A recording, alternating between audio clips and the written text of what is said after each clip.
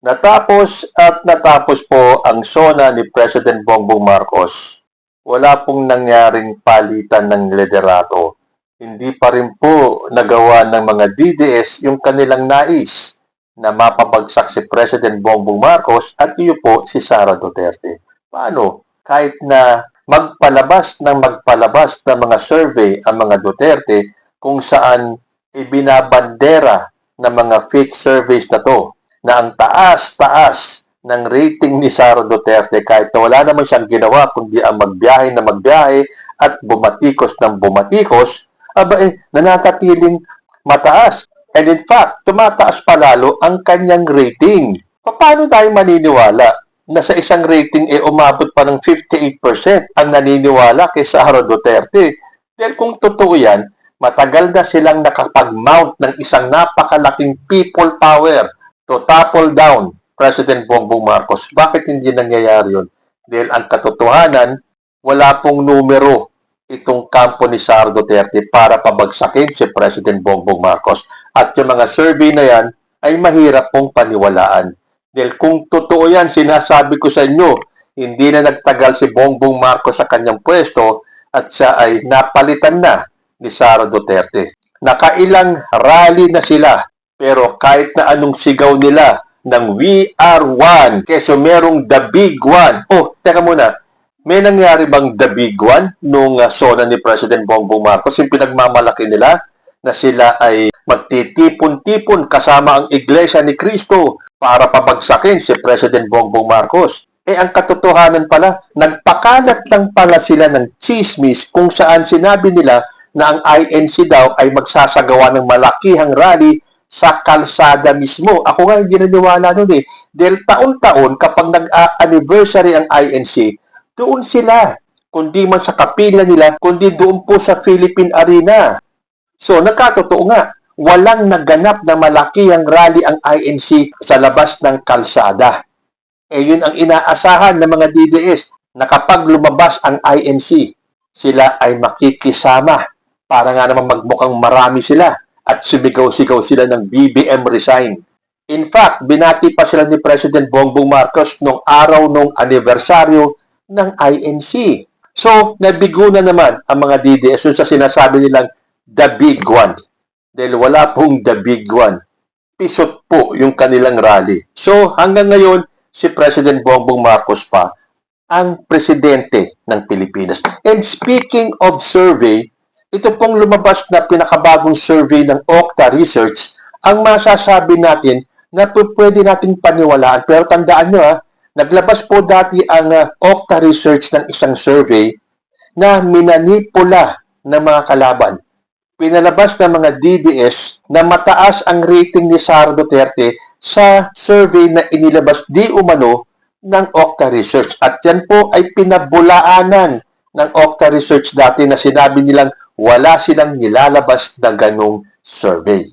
So, nakita po natin ang desperasyon ng mga DDS para talagang ipakalat na ang taas ng rating ni Sara Duterte. So, ibigay na lang natin sa kanila yan. Kung gusto nila, kung para sa kanila mataas si Sara sa survey, so be it. Wala naman, hindi naman mag-manifest. Kahit na ilang survey pang ilabas nyo na mataas si Sara, kung hindi naman natin makikita sa kalsada yung 32 million na pinagmamalaki ni Sara Duterte, hindi pa rin po sila magtatagumpay na pabagsakin si Bongbong Marcos.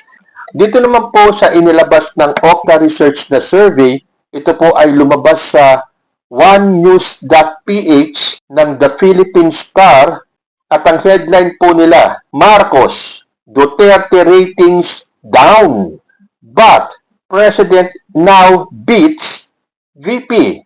Basahin ko po. The Okta Research survey conducted from July 4 to 11 showed that President Marcos now enjoys higher performance and trust ratings than Vice President Sara Duterte despite similar declines.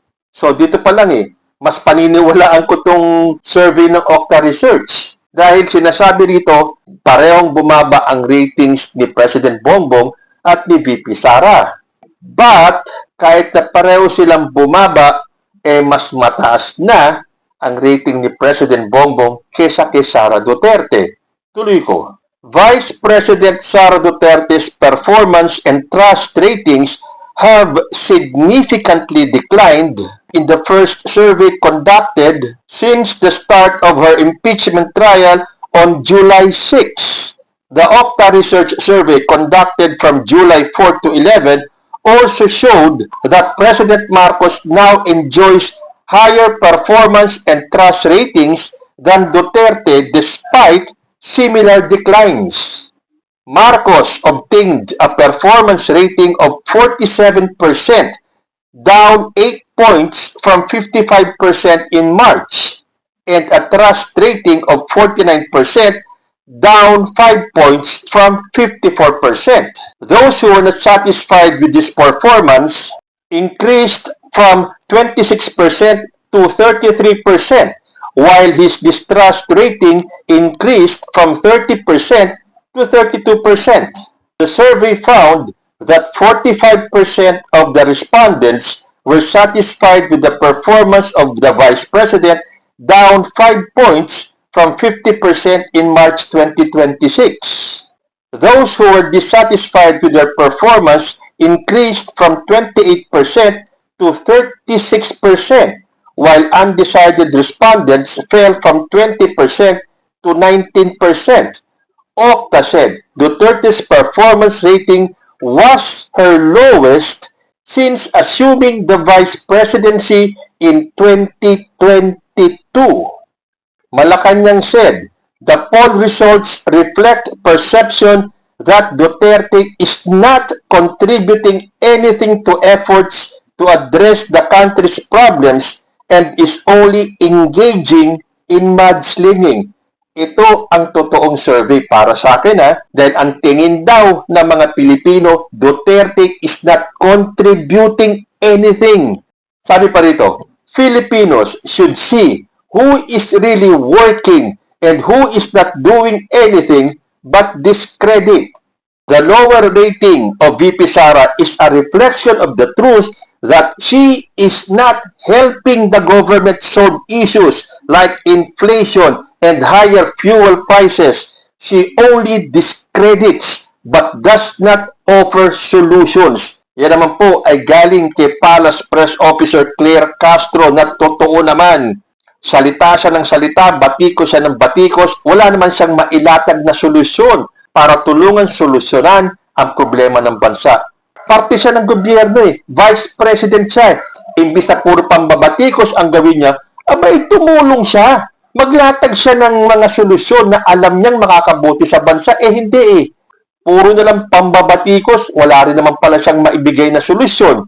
The Vice President's decline warrants closer scrutiny than the top-line numbers alone suggest.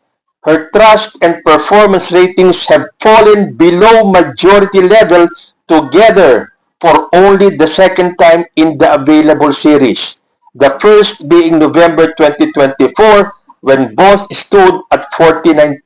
Sabi po yan ng Okta. The most direct explanation for this record decline is the impeachment trial itself, that her ratings crossed below majority in precisely the quarter this trial began and by a larger margin than the previous such crossing in November 2024. So anong masasabi ng mga DDS? Naakala nila sa kalagitnaan ng impeachment trial ni Sara Duterte, lalong tataas ang kanyang ratings. Yan naman ang napaka-imposibleng mangyari. Ngayon na ilalatag yung mga ebidensya against Sara Duterte, mag-i-expect kayo na lalong tataas ang ratings ni Sara? Kundi ba naman pambubudol yan At tulad nga ng sinabi ko, kung talagang mataas ang rating ni Sara Duterte, dapat matagal nang naibagsak si President Bongbong at siguro ngayon, 2 taon nang si Sara Duterte ang presidente. Hindi meron po akong napanood na video kung saan merong binanggit si Larry Gadon kung bakit talagang walang kapag-apag-asang manalo si Sara Duterte bilang presidente sa 2028. Pakinggan po natin. Kalukuhan yan. Buwan lang panalo yung si Sara. Bayad lang kasi yung Pulse Asia at saka yung SWS pilit lang nilang tinataas. Pero actually, dati pa naman, bayaran man yung Pulse Asia at saka yung yung SWS, mga bayaran yung mga na yan Paano mangyayari yun na ibig mo sabihin kakalimutan natin yung mga winaldas na hindi maikaliwanag just because ang explanation natin kasi threat yan, threat. Anong threat pinagsasabi nyo? Actually, in 2022, the reason why Sara did not run for president is because sang-ayon mismo doon sa survey ng Malacanang, number 4 lang siya. Ang number 1 noon, si BBM, number 2 si Lenny, number 3 si Isko, pang-apat lang si Sara. That is why kahit anong pilit ang ginagawa sa kanya na tumakbo siya presidente, ayaw niya kasi alam niyang talo siya. Number 4 nga lang siya noon And ito, ang nag-survey nito, ang nagpa-survey nito Malacanang during the time of former President Duterte. Ang pinag-survey dito yung mga congressman. Kaya mas accurate yon than the surveys of SWS. Kasi ang SWS, ang coverage ng survey nila is only 1,200 conducted in 4 days. My God! There are 115 million Filipinos magkukondakan ng 4 days sa survey with only 1,200 respondents. Kaya naman ganun ang resulta niya dahil bayaran niya mga yan. Etong si Sara, walang panalo yan. So ayan, malinaw po ang sinabi ni Larry Gadon. Well, sa bagay, nasa sa inyo naman na kung paniniwalaan niyo siya o hindi. Nasa sa inyo rin naman kung maniniwala kayo sa survey ng Okta Research. Kasi tandaan po natin, yung respondents po ng mga survey na to ay humigit kumulang 1,200 lang. Samantalang ilang milyon ba tayong mga Pilipino?